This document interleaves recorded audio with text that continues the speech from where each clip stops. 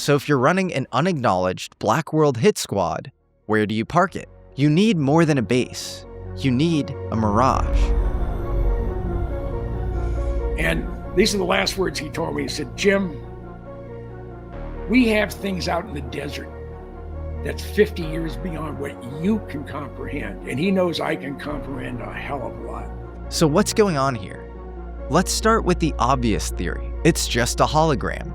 We know that the military's been flirting with holographic warfare for decades. In 1999, reporter William Arkin wrote an article about a 1994 Air Force concept for a holographic projector, massive 3D illusions in the sky, intended for psyops. As a side note, people should deeply investigate this tech tree, especially as it concerns normal UFO sightings. The problem here is a partial mountain-sized 3D hologram visible from multiple angles is an insane power bill. You're talking brutal energy requirements just to fake a rock. And yet, the lore runs deep. Billionaire UFO enthusiast Robert Bigelow says that Bob Lazar described a holographic book at S4 Area 51 that's like an alien Kindle. Bob's story is so much more in-depth, so much more detailed, like that book. Tell people about the book. It was some kind of a holographic book that as you opened up the pages, whatever the stories were became a hologram. Stephen Greer talks about a whistleblower who allegedly saw Raytheon projecting UFO-like craft as a part of a false invasion scenario. Here is the Raytheon triangle at Fort Irwin. That is man-made. Wow. And the guy who saw it in detail, because he picked up some night scopes he was told not to, saw that there was this one, and then they were holographically projecting several others. Wow. This could be used in a false alien invasion, like a hoaxed invasion. And then that later, he and his wife got abducted by this thing. Yeah. And tortured. Whoa. And it was Raytheon. Then you have whistleblowers like Randy Anderson, who says he was taken underground at Crane Naval Surface Warfare Center in Indiana and shown a metallic gauntlet with a crystalline screen, and above it, symbols that looked almost holographic. I'm looking at it and it almost looked like a mirage type of effect. And above that display screen were these hieroglyphic symbols that I started to see appear. The projection appeared integrated into reality itself, far more advanced than normal holograms. So advanced hologram tech? Maybe. But Koyame does get hammered by thunderstorms during monsoon season, and a giant mountainside light show feels like the last thing you'd ever want riding on perfect weather. One glitch and your billion-dollar cover is blown. So that's a lot of faith to put into a hologram. So what if it's something that seems like a hologram but isn't? What I'm talking about is a little technology known as foglets, or utility fog. Now we have to add an asterisk here. This technology is theoretical, so let's treat this as a thought experiment. Imagine robots the size of glitter, roughly 100 microns, that don't just build things, they become things. Billions of tiny robots lock arms in 12 directions to form objects on command.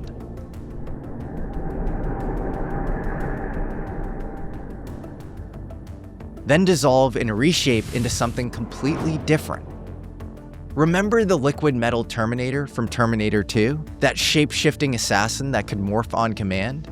Nanotechnology foglets could make that real. And that's not just sci-fi fanfiction. In 1989, scientist Dr. J. Storrs Hall pitched the concept of utility fog, an active polymorphic material made up of trillions of foglets that link together to form solid, programmable matter. In 1993, he doubled down on it with a paper that was published at a NASA conference. Here's how it works. Each foglet is armed with its own extremely rudimentary nanocomputer and can talk to its neighbors. They can share power, data, and rearrange themselves into almost anything. A mountain should be pretty easy.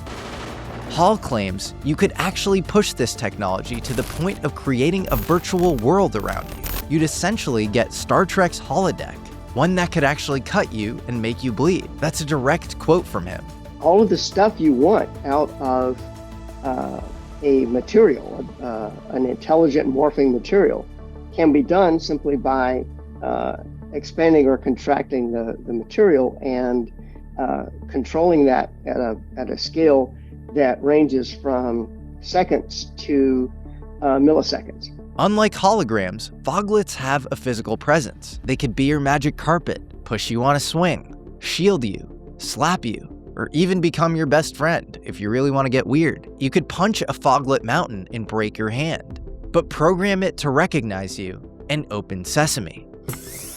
They're essentially programmable matter, solid or permeable on demand. They could fake the gritty feel of sandstone and layered rock by dialing in just the right micro vibrations for your skin to read as solid stone. But there's a catch.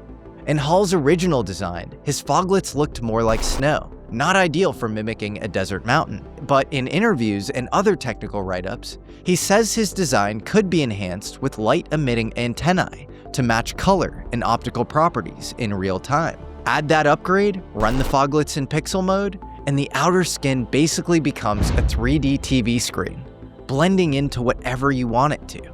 Now look at how the story describes the mountain's behavior. That's our next big tell that we might not be dealing with a simple hologram. As the helicopters are about to collide with the mountainside, its 3D appearance transitions to 2D, then pixelates into nothing. If upgraded foglets exist, and that is a big if, we are admittedly engaging in extreme speculation here, so you should accept that caveat. But if they exist, this is the behavior you might expect to see. As the helicopters close in, foglets would start shifting formation, half their arms staying locked in lattice formation, while the rest drop out of rock mode, as the mountainside dissolves into flickering patches like pixels on a screen. From the cockpit, it would look like a 3D mountainside, flattening into a weird shimmering 2D skin that breaks into pixels and dissolves as the helicopter passes through. The low-frequency pulsing in the crew's headsets is another clue. It's not ambient sound, so one possibility is strong radio frequency emissions bleeding into their radio gear, a glitch that's known as audio rectification. If foglets were adapted for the real world, they'd likely be upgraded, with wireless real-time communication for swarm coordination. So imagine trillions of foglets moving in coordinated waves, unlocking, shifting antenna arms, and cycling their electrical states. That kind of swarm could generate the strong radio emissions and an audible pulsing you'd hear in your headset. A hologram wouldn't do any of this. Remember, in the novel, the drone and the F-18s suddenly lose power, while the helicopters slip right through the mountain, untouched.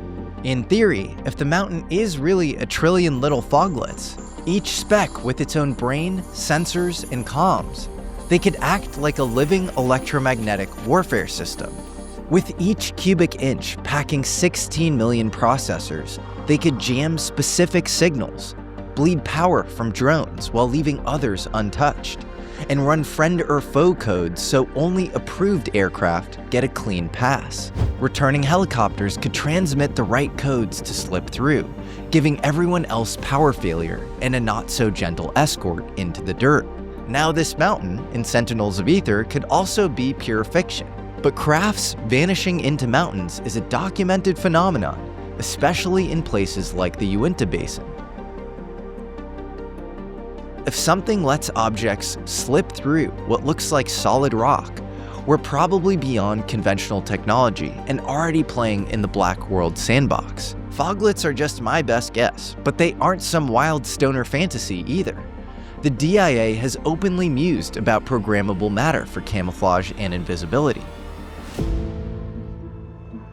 In the 1990s to 2000s, the idea of smart dust caught fire among sci-fi nerds everywhere, including some feds at DARPA who began funding research on millimeter-scale autonomous sensing and communication nodes. While utility fog is still theoretical, the building blocks were active research areas back then. By 2001, DARPA was demonstrating smart dust in field tests. By 2004, MEMS, or microelectromechanical systems technology, had matured significantly. Publicly, we know about DARPA's smart dust and creepy biohybrid insect cyborgs, but in the Black World, we have no idea what exists.